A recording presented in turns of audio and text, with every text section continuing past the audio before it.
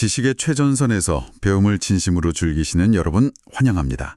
매일 쏟아지는 문헌과 자료들의 이면을 깊숙이 파헤치고 그 속에서 우리의 일상과 세상을 바라보는 해상도를 높여줄 빛나는 통찰을 찾아내는 시간입니다. 네, 반갑습니다. 오늘도 아주 흥미로운 분석이 기다리고 있죠. 맞습니다. 바쁘게 돌아가는 2026년의 하루 속에서도 배움의 끈을 놓지 않는 분들을 위해 오늘 아주 흥미로운 텍스트 하나를 해체해 보려고 하는데요. 오늘 우리가 분석할 자료는 엄스쿨 매일 성경 읽기라는 유튜브 채널에 올라온 영상입니다. 사도행전 1장 1절에서 11절을 다루면서 예수님의 이야기는 멈추었는가라는 부제를 달고 있죠. 이게 표면적으로는 종교적 텍스트를 다루는 영상이잖아요. 그런데 이 안에는 고대 문헌을 통해서 현대인의 인간관계나 소통의 본질을 꿰뚫는 아주 날카로운 시각이 담겨 있습니다. 네, 바로 그겁니다. 이 영상이 제시하는 접근법이 참 인상적이더라고요. 보통 사도행전 같은 고대 문헌을 다룰 때는 역사적 사건을 나열하거나 그냥 교리적인 해석에 갇히기 십상이거든요. 그렇죠. 그런데 이 자료는 그 2000년 전의 기록을 철저하게 현대성이라는 렌즈로 다시 읽어내고 있습니다. 그 오래된 기록이 지금 우리가 겪고 있는 관계의 단절이나 소통 부재 같은 현대적인 문제들에 대해 어떤 대답을 내놓고 있는지를 아주 치밀하게 추적하고 있죠. 정확합니다.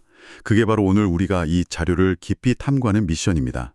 단순히 고대 문서를 강독하자는 게 아니라 그 안에 숨겨진 원리들이 2026년을 살아가는 당신의 거실 그리고 사무실에서 어떻게 작동하는지 찾아내는 거죠. 자, 이 부분을 한번 풀어보죠. 네, 좋습니다. 영상 초반부를 보면요. 이 문헌을 이해하기 위한 베이스 캠프로 4가지 핵심 키워드를 제시하거든요. 신이 인간 역사로 들어왔다는 그리스도, 그리고 죽음의 한계를 넘어선 부활, 또 보이지 않는 힘인 성령, 마지막으로 자신이 경험한 진실을 증명해내는 증인, 이렇게 4가지 기둥이 전체 뼈대라고 설명하더라고요. 아, 여기서 매력적인 점은 영상의 진행자분이 스스로도 오랫동안 그 4가지 기둥이 전부인 줄 알았다고 고백하면서 끄집어내는 바로 그 5번째 키워드에 있습니다. 5번째 키워드요? 네, 방금 말씀하신 4가지는 텍스트를 구성하는 아주 훌륭한 재료들이죠. 하지만 그것들이 그냥 개별적으로 존재해서는 어떤 화학적 변화도 일으키지 못한다는 겁니다. 그러니까 그 재료들을 하나로 융합시키는 무언가가 필요하다는 거군요. 맞습니다. 폭발적인 에너지를 만들어내는 진정한 핵심 촉매제. 그게 바로 5번째 키워드인 공동체, 그리고 그들의 연합입니다. 공동체와 연합이라? 사실 현대사회에서 공동체라는 단어만큼 뭐랄까 낭만적이면서도 동시에 엄청난 피로감을 주는 단어가 있을까 싶어요. 그렇죠. 다들 연결되어 있다고는 하지만 초연결 시대에 살면서 역설적으로 가장 철저하게 고립되어 있잖아요. 그런데 영상에서는 이 공동체의 개념을 아주 독특한 문장으로 정의를 하더라고요. 하늘과 땅이 가까워지는 사건과 인간 사이의 장벽이 무너지는 일은 함께 일어난다. 저는 이거 듣고 잠깐 영상을 멈췄습니다. 멈출 만한 문장이죠. 그 문장이 바로 이 텍스트를 관통하는 핵심 철학이거든요. 고대인들의 세계관에서 신과의 거리가 좁혀진다는 건 단순히 개인적인 영적 카타르시스를 의미하는 게 아니었습니다. 수직적인 차원의 회복이 수평적인 차원의 장벽 해체로 직결된다는 논리인 거잖아요. 네, 피연적으로 나와 타인 사이에 세워진 사회적 계급적 장벽이 붕괴되는 현상으로 이어져야만 그게 진짜라는 거죠. 영상에서는 이 원리를 창세기까지 거슬러 올라가서 설명합니다. 아담과 하와의 이야기 말씀하시는 거죠. 맞습니다. 신이 세상을 창조할 때 아담이 홀로 있는 것을 좋지 않게 여겨서 최초의 공동체인 가정을 이루게 하잖아요. 즉 공동체라는 건 어떤 거창한 목적을 달성하기 위한 조직이 아니라 그 안에서 새로운 생명이 태어나고 성장할 수 있는 유일한 생태계로 설계되었다는 분석입니다. 생태계라는 표현이 아주 적절하네요. 종교적인 테두리를 굳이 벗어나서 생각해봐도 우리가 수많은 갈등이나 상처를 감수하면서까지 누군가와 관계를 맺고 팀을 만드는 이유랑 딱 맞닿아 있거든요. 혼자서는 절대 불가능한 일들이니까요. 네, 혼자서는 새로운 아이디어나 정서적인 안정감 혹은 다음 세대라는 새로운 생명을 길러낼 수 없죠. 타인과의 장벽을 허무는 연합이 필수적입니다. 영상에 강조하는 것도 초대교회의 연합이 인류 본연의 건강한 생태계를 회복하는 모델을 보여주었다는 거겠죠? 그렇습니다. 고대 문헌 속 인물들의 겪었던 갈등 양상을 가만히 들여다보면 지금 우리의 직장이나 사회에서 벌어지는 파벌 싸움과 본질적으로 다르지가 않아요. 출신 성분이나 이념 때문에 격렬하게 대립했잖아요.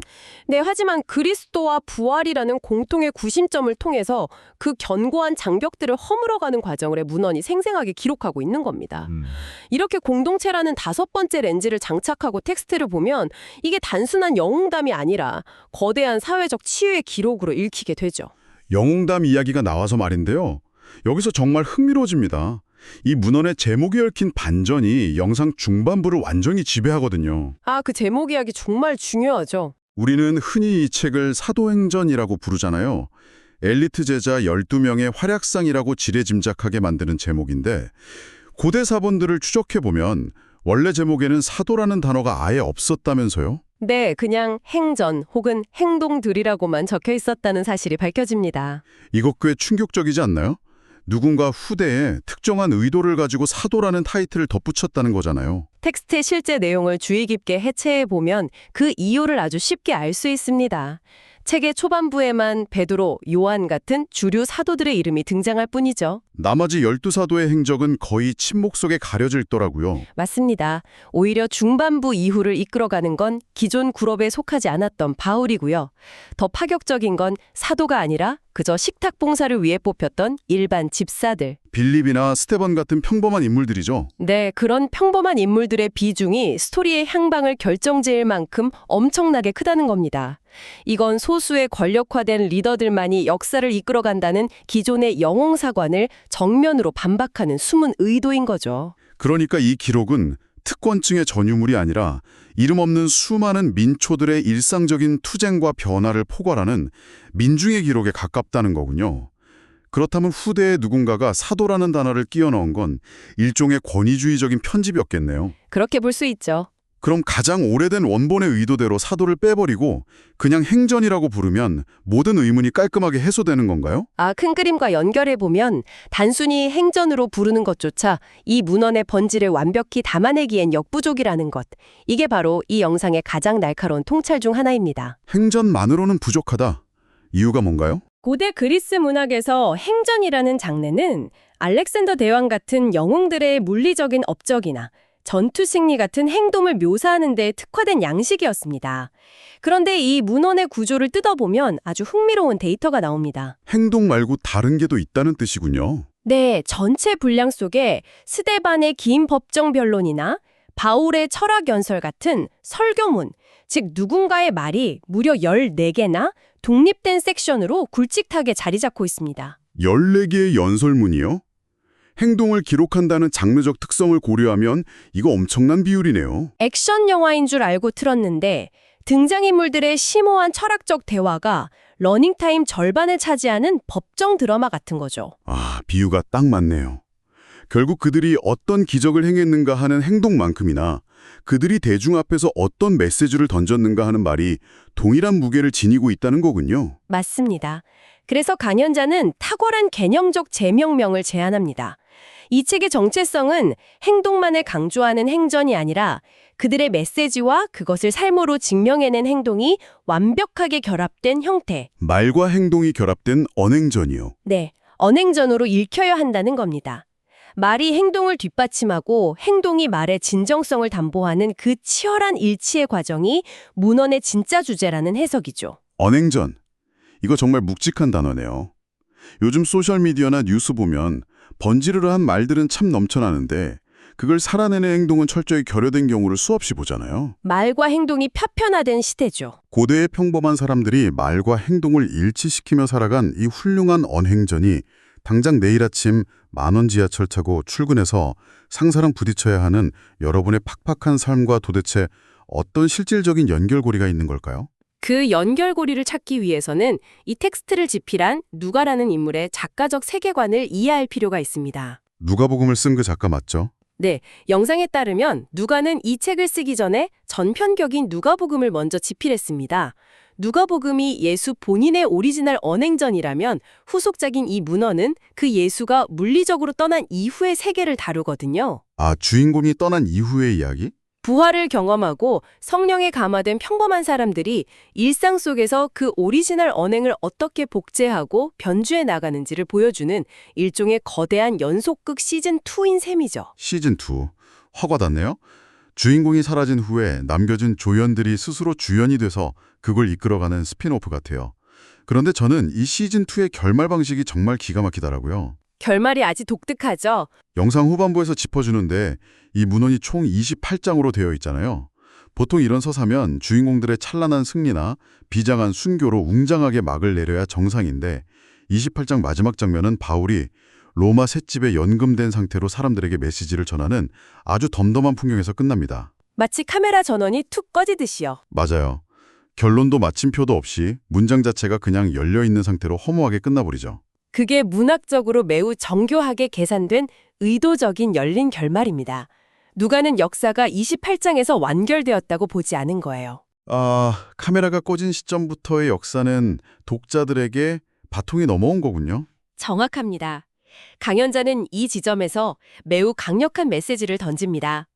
문헌 속의 기록은 28장에서 멈추었지만 2026년을 살아가는 우리들이 바로 지금 이 순간에도 각자의 일상 속에서 사도행전 29장을 실시간으로 써내려가고 있다는 겁니다. 청취자 여러분, 바로 이 대목입니다.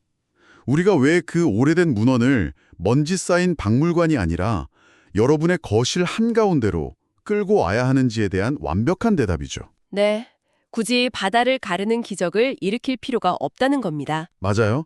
영상에서는 역사의 물줄기를 바꾸는 거대한 투쟁의 선봉에 설 필요가 없다고 말하거든요. 여러분이 오늘 아침 식탁에서 가족에게 무심코 던진 배려 섞인 말 한마디, 직장에서 의견 충돌할 때 한 번 더 다르게 생각해보려 애썼던 포용의 행동, 그런 사소하지만 진실된 언행들이 모여서 지금 이 순간의 역사를 쓰는 잉크가 되고 있다는 거죠. 그렇습니다. 앞서 우리가 다루었던 핵심 키워드인 공동체와 다시 연결되는 지점이네요. 맞습니다. 나의 평범한 언행이 타인과의 장벽을 허물고 누군가에게 새로운 생명력을 불어넣는 생태계를 만든다면 그것이 곧 고대 문헌이 말하는 증인의 삶이고 현재 진행형의 행전이 되는 겁니다. 일상의 현장 속에서 믿음과 철학을 살아내는 것만큼 위대한 기록은 없다는 게 결론이군요. 이 극적인 변화를 감각적으로 설명하려고 영상 마지막에 준 이나여라는 찬양곡이 등장하잖아요. 네, 아주 상징적인 선곡이죠. 우리가 흔히 성인군자라고 착각하는 초대교회 제자들도 사실 기득권 놓고 서열 싸움하던 이기적인 사람들이었잖아요. 그런데 그들이 철저히 깨어지고 예수님으로 인하여 하나된 공동체로 변화되어가는 과정. 이건 분열하는 우리 사회에도 연합의 희망이 있다는 강력한 레퍼런스입니다. 이는 중요한 질문을 던집니다. 오늘 다룬 모든 논의를 묶어내는 강연자의 요약 문장이 하나 있죠. 부활하신 예수님을 믿는 자들에게 성령님이 함께 하시니 공동체를 이루며 증인의 삶을 살게 된다. 한 문장에 모든 게 다 담겨 있네요. 네, 단순한 종교적 선언을 넘어선 치밀한 논리 구조입니다. 개인의 내면적 변화가 반드시 타인과의 장벽을 허무는 공동체 형성으로 이어져야 하고 그것은 다시 매일의 일상 속 언행으로 증명되며 역사를 이어간다는 통창이죠. 고대 문헌을 현대인의 실천적 매뉴얼로 훌륭하게 전환시켰습니다. 자, 지식의 깊이를 탐구하며 오늘 하루도 자신만의 29장을 치열하게 써내려가고 계신 여러분. 이 깊은 논의를 마무리하면서 오늘 자료의 한계를 넘어 우리 현실을 찌르는 도발적인 생각거리를 하나 던져드리고 싶습니다. 어떤 질문일지 기대가 되네요. 우리는 방금 매일의 말과 행동이 사도행전 29장을 쓰는 과정이라고 했잖아요. 그런데 고대에는 누가가 양피지에 붓으로 기록했다면 2026년 오늘날 여러분의 언행을 기록하는 누가는 과연 누구일까요? 아, 현대판 기독자 말씀이시군요. 네, 어쩌면 우리가 무심코 누르는 좋아요, 누군가를 향해 남긴 날선 댓글, 검색어의 파편들을 남김없이 빨아들이고 영구적으로 기록하는 거대한 디지털 알고리즘과 AI 시스템이야말로 우리 시대의 서기관이 아닐까요? 섬뜩하면서도 아주 예리한 지적입니다. 고대의 기록이 스데반의 포용과 바울의 헌신을 후대에 남겼듯이 지금 클라우드 서버에 영구히 박제되고 있는 당신의 디지털 생태계 속 말과 행동들을 먼 훗날 누군가 열어본다면 과연 어떤 장르로 읽힐까요? 사람과 사람 사이의 장벽을 허무는 연합의 행전일지 아니면 벽을 쌓아올린 분열의 행전일지 부디 하늘과 땅을 가깝게 만드는 딴뜻한 언행전이 되기를 바랍니다. 오늘 문헌과 자료의 이면을 파헤치는 시간은 여기서 마치겠습니다. 여러분의 언행전이 아름답게 쓰이길 응원합니다. 지적 갈증을 해소해줄 또 다른 흥미로운 자료를 발굴해서 다음 이 시간에 다시 찾아오겠습니다. 계속해서 깨어있는 일상을 살아내시길 바랍니다.